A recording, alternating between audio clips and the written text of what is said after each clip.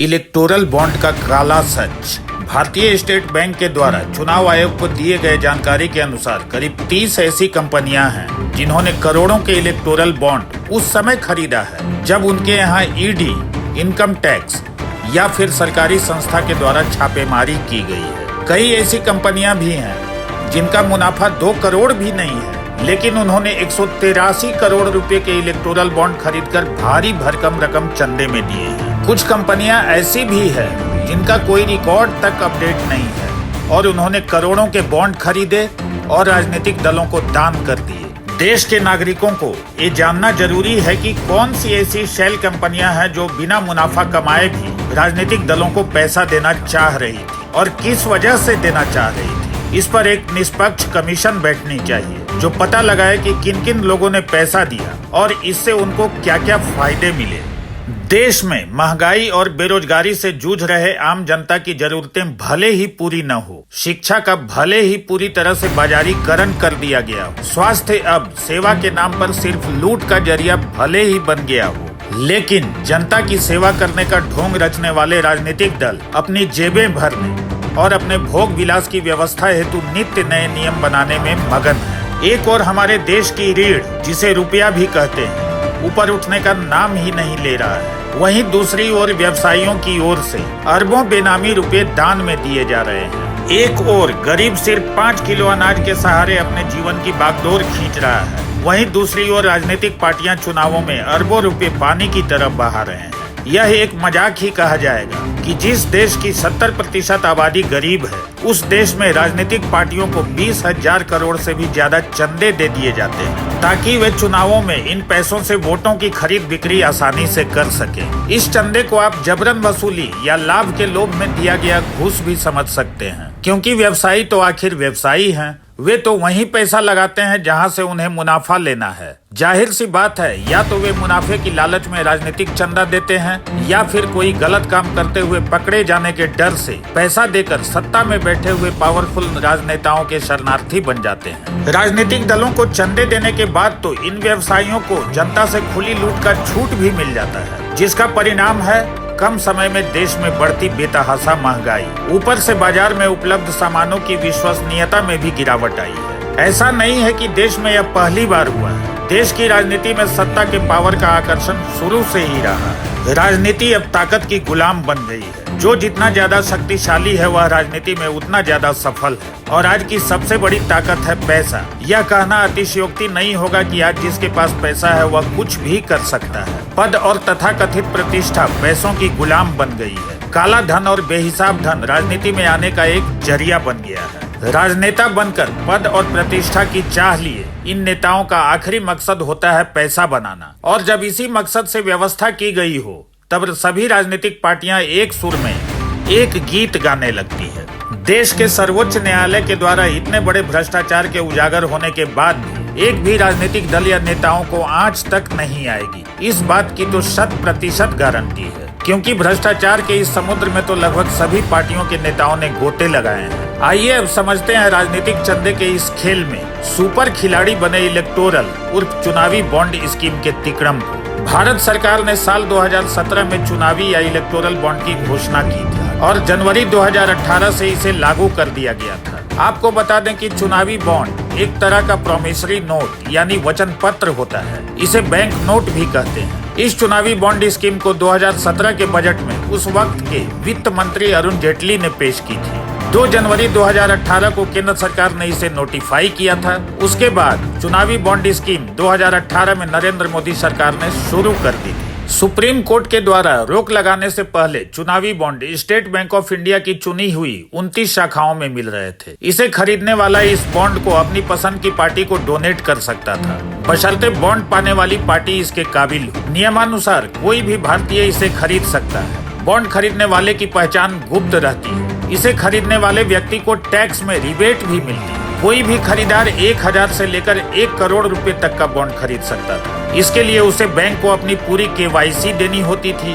Donor के bond donate करने के 15 दिन के अंदर बॉन्ड पाने वाला राजनीतिक दल उसे चुनाव आयोग से वेरीफाइड बैंक अकाउंट से कैश करवा लेता था। इसका इस्तेमाल राजनीतिक दलों को दान देने के लिए किया जाता था। इसके भी अपने नियम हैं। उन्हीं राजनीतिक दलों को इलेक्टोरल बॉन्ड के जरिए चंदा दिया जाएगा जिसे चुनाव आयोग की ओर से मान्यता मिली और विधानसभा या लोकसभा चुनाव में डाले गए मतों का न्यूनतम 1% वोट हासिल किया हो। अब लोकसभा चुनाव से ठीक पहले सुप्रीम कोर्ट ने इलेक्टोरल बॉन्ड को असंवैधानिक बताते हुए रोक लगा दी है। यह पॉलिटिकल पार्टियों के लिए बड़ा झटका है। चुनावों में पार्टियां दिल खोल कर खर्चा करती है। सड़क पर होर्डिंग से लेकर ऑनलाइन विज्ञापनों तक में मोटी रकम खर्च की जाती है। इस रकम का एक बड़ा हिस्सा इलेक्टोरल बॉन्ड से आ रहा था, जिस पर सुप्रीम कोर्ट ने रोक लगा दी है। इलेक्टोरल बॉन्ड एक वचन पत्र है जिसके जरिए पॉलिटिकल पार्टियों को चंदा दिया जाता है, लेकिन शर्त ये होता है कि चंदा देने वाले का नाम सार्वजनिक नहीं किया जाएगा और यही शर्त विवाद की एक बड़ी वजह बनी है। इलेक्टोरल बॉन्ड की शुरुआत करते वक्त भारत सरकार ने यह कहा था कि इसके जरिए देश में राजनीतिक फंडिंग की व्यवस्था बनेगी, लेकिन इसकी शुरुआत के बाद यह योजना सवालों में घिरने लगी। सवाल उठा कि इलेक्टोरल बॉन्ड की मदद से चंदा देने वाले की पहचान गुप्त रखी जाएगी, जिससे काले धन की आमद को बढ़ावा मिल सकता है। सरकार की ओर से कहा गया कि यह योजना इसलिए बनाई गई थी ताकि बड़े कॉरपोरेट घराने अपनी पहचान बताए बिना पैसे दान कर सकें। इलेक्टोरल बॉन्ड्स की वैधता पर सवाल उठाते हुए एसोसिएशन फॉर डेमोक्रेटिक रिफॉर्म्स,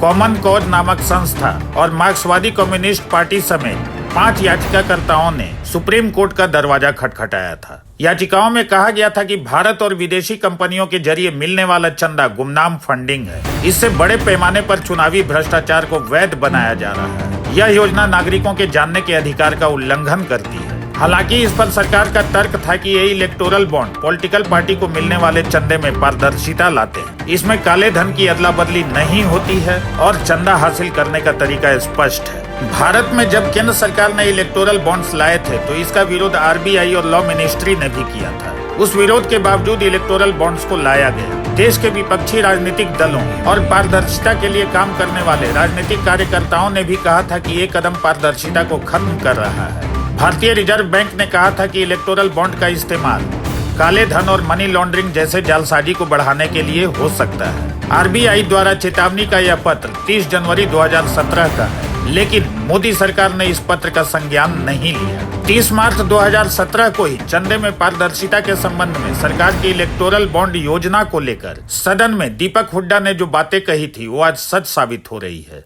ये बहुत गंभीर विषय है। हाँ, बोलने तो उतने पुरता ही बोलना है ना। नहीं, ये हम अमेंडमेंट पे ही बोल रहे हैं। हम अमेंडमेंट पे बोल रहे हैं। कोई अगर कंपनी इलेक्टोरल बॉन्ड्स के माध्यम से किसी राजनीतिक दल को चंदा देना चाहता है तो आपने प्रावधान कर दिया कि उसको अपने प्रॉफिट लॉस स्टेटमेंट में डिक्लेयर करने की आवश्यकता ही नहीं है किसको कितना दिया, और ना पॉलिटिकल पार्टी को बताने की आवश्यकता कि किससे कितना चंदा मिला। यानी कि आपने ये जो पारदर्शिता की बजाय आपने पर्दा रखने का काम किया है। किसी को पता नहीं चलेगा कि किस कंपनी, कौन सी कंपनी कितना चंदा किस पार्टी को दे रही है। ये तो मैं समझता हूं इसको तो पॉलिटिकल एक्सटॉर्शन के दरवाजे खोलने का काम आप लोग कर रहे हैं। इसको आपको बड़ा जो है सोच समझ के, क्योंकि ये जो प्रोविजन है इसको मैं कहना चाहता हूं, इसमें ये बात स्पष्ट हो गई है कि इसमें हाथी के दांत दिखाने कुछ और है, खाने कुछ और है। माननीय राम नाम जपना, कंपनी का माल अपना। आपको बता दें कि पूर्व वित्त मंत्री अरुण जेटली, जो अब दिवंगत हो चुके हैं, उन्होंने 2017 के अपने बजट भाषण में इसे पेश करते वक्त दावा किया था कि इससे राजनीतिक पार्टियों को मिलने वाली फंडिंग और चुनाव व्यवस्था में पारदर्शिता आएगी, साथ ही ब्लैक मनी पर अंकुश भी लगेगा। उन्होंने कहा था कि बगैर पारदर्शिता के स्वतंत्र और निष्पक्ष चुनाव मुश्किल है। वहीं सदन में विपक्षी दलों ने इसका विरोध करते हुए कहा था कि इलेक्टोरल बॉन्ड खरीदने वाले की पहचान जाहिर नहीं की जाती है। इससे चुनावों में काले धन के इस्तेमाल को बल मिल सकता है। बाद में योजना को 2017 में ही चुनौती दी गई, लेकिन सुनवाई 2019 में शुरू हुई। 12 अप्रैल 2019 को सुप्रीम कोर्ट ने सभी पॉलिटिकल पार्टियों को निर्देश दिया कि वे 30 मई 2019 तक एक लिफाफे में चुनावी बॉन्ड से जुड़ी सभी जानकारी चुनाव आयोग को दें। हालांकि उस समय तक कोर्ट ने इस योजना पर रोक नहीं लगाई थी। बाद में दिसंबर 2019 में एसोसिएशन फॉर डेमोक्रेटिक रिफॉर्म्स ने इस योजना पर रोक लगाने के लिए एक आवेदन दिया। इसमें मीडिया रिपोर्ट्स के हवाले से बताया गया कि किस तरह चुनावी बॉन्ड योजना पर चुनाव आयोग और रिजर्व बैंक की चिंताओं को केंद्र सरकार ने दरकिनार किया था और फिर अंततः सुप्रीम कोर्ट ने 15 फरवरी 2022 को इस चुनावी बॉन्ड को पूरी तरह से असंवैधानिक बताते हुए रोक लगा दी। भ्रष्टाचार पर जो एक कानूनी जामा पहना दिया गया था वो सुप्रीम कोर्ट ने इलेक्टोरल बॉन्ड्स को रद्द करते हुए उतार दिया।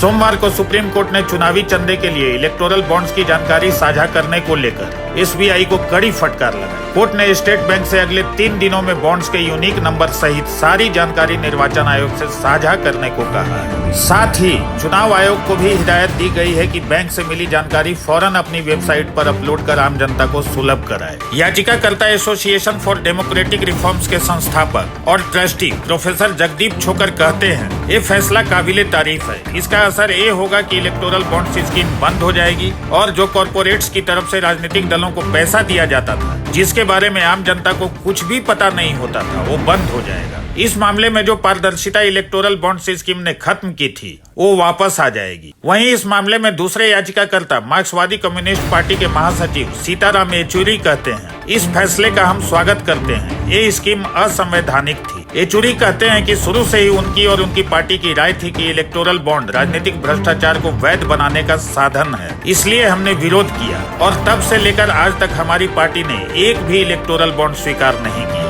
बाकी पार्टियां इलेक्टोरल बॉन्ड ले रही थी, लेकिन हमारी पार्टी नहीं ले रही थी, इसलिए कोर्ट ने हमारी याचिका को सुना। अब चुनावी बॉन्ड पर रोक लगने के बाद राजनीतिक दलों को मिलने वाले चंदे में कमी आ जाएगी। ऐसे में सवाल है कि इलेक्टोरल बॉन्ड के अलावा पॉलिटिकल पार्टियों को कितनी तरह से चंदा मिलता है। आइए अब समझते हैं इलेक्टोरल बॉन्ड के अलावा चुनावी चंदे लेने और देने के लिए क्या है नियम। जनप्रतिनिधित्व कानून की धारा 29B के मुताबिक भारत में कोई भी राजनीतिक दल सबसे चंदा ले सकते हैं, मतलब व्यक्तिगत रूप से भी कोई व्यक्ति चंदा दे सकता है और कॉर्पोरेट कंपनियां भी। विदेशी नागरिकों से भी पार्टियां चंदा ले सकती है, लेकिन कोई विदेशी कंपनी से चंदा नहीं लिया जा सकता है। विदेशी मुद्रा विनिमय अधिनियम 1976 की धारा 3 और 4 के मुताबिक भारतीय राजनीतिक दल विदेशी कंपनियों और भारत में मौजूद ऐसी कंपनियों से चंदा नहीं ले सकती है जिनका संचालन विदेशी कंपनियां कर रही हैं। यहाँ तक कि भारत सरकार के अधीनस्थ कोई भी सरकारी कंपनी इस तरह का चंदा देने के लिए अधिकृत नहीं है। अब जान लीजिए कि देश का कोई भी राजनीतिक दल कितना चंदा ले सकता है।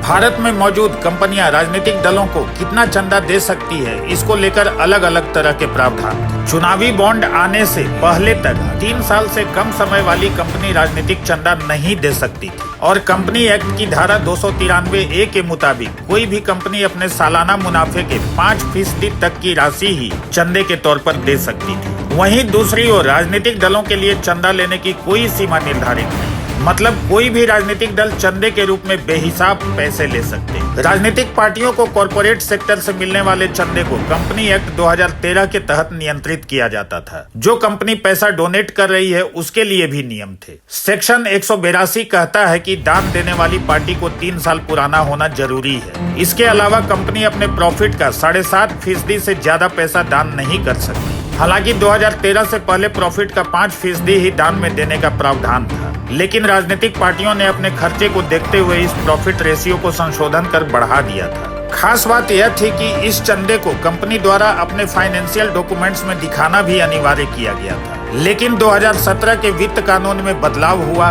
और इस कॉर्पोरेट चंदे से 7.5% की बाध्यता को खत्म कर दिया गया। एक रिपोर्ट के मुताबिक केंद्र सरकार ने डोनेशन के नियमों में बदलाव भी किए थे, जिसके तहत राजनीतिक पार्टियां विदेशी चंदा भी ले सकती है। कोई भी कंपनी कितनी भी रकम किसी भी पॉलिटिकल पार्टी को दे सकती है। चुनावी ट्रस्ट के माध्यम से भी चंदे लिए जाते हैं। इस चुनावी ट्रस्ट की शुरुआत 2013 में हुई थी।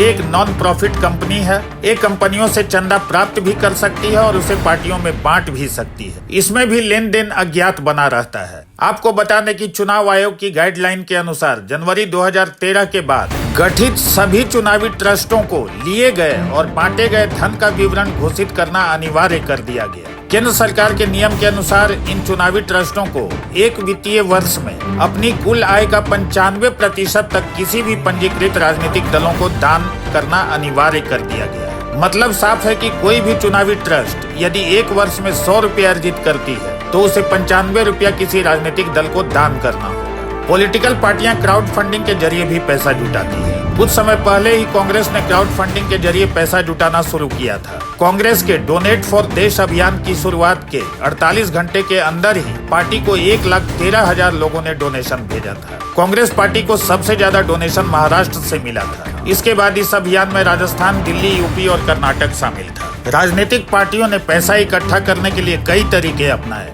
जिसमें सदस्यता अभियान भी शामिल है। आसान भाषा में इसे ऐसे समझ, कोई भी व्यक्ति किसी भी पार्टी की सदस्यता एक तय फीस देकर ले सकता है। हालांकि कई बार इसको लेकर विवाद भी हुआ, जिसमें सामने आया कि कई अनजान लोगों ने पार्टी की सदस्यता के नाम पर धन उगाही का स्कैम चलाया है, जिन्हें राजनीतिक दलों की तरफ से परमिशन ही नहीं दी गई थी। हालांकि चंदे जुटाने के इन सभी तरीकों को इलेक्टोरल बॉन्ड ने पीछे छोड़ दिया है और देखते ही देखते इन चुनावी बॉन्ड के माध्यम से राजनीतिक दलों ने कुछ ही समय में अरबों रुपए इकट्ठे कर लिए।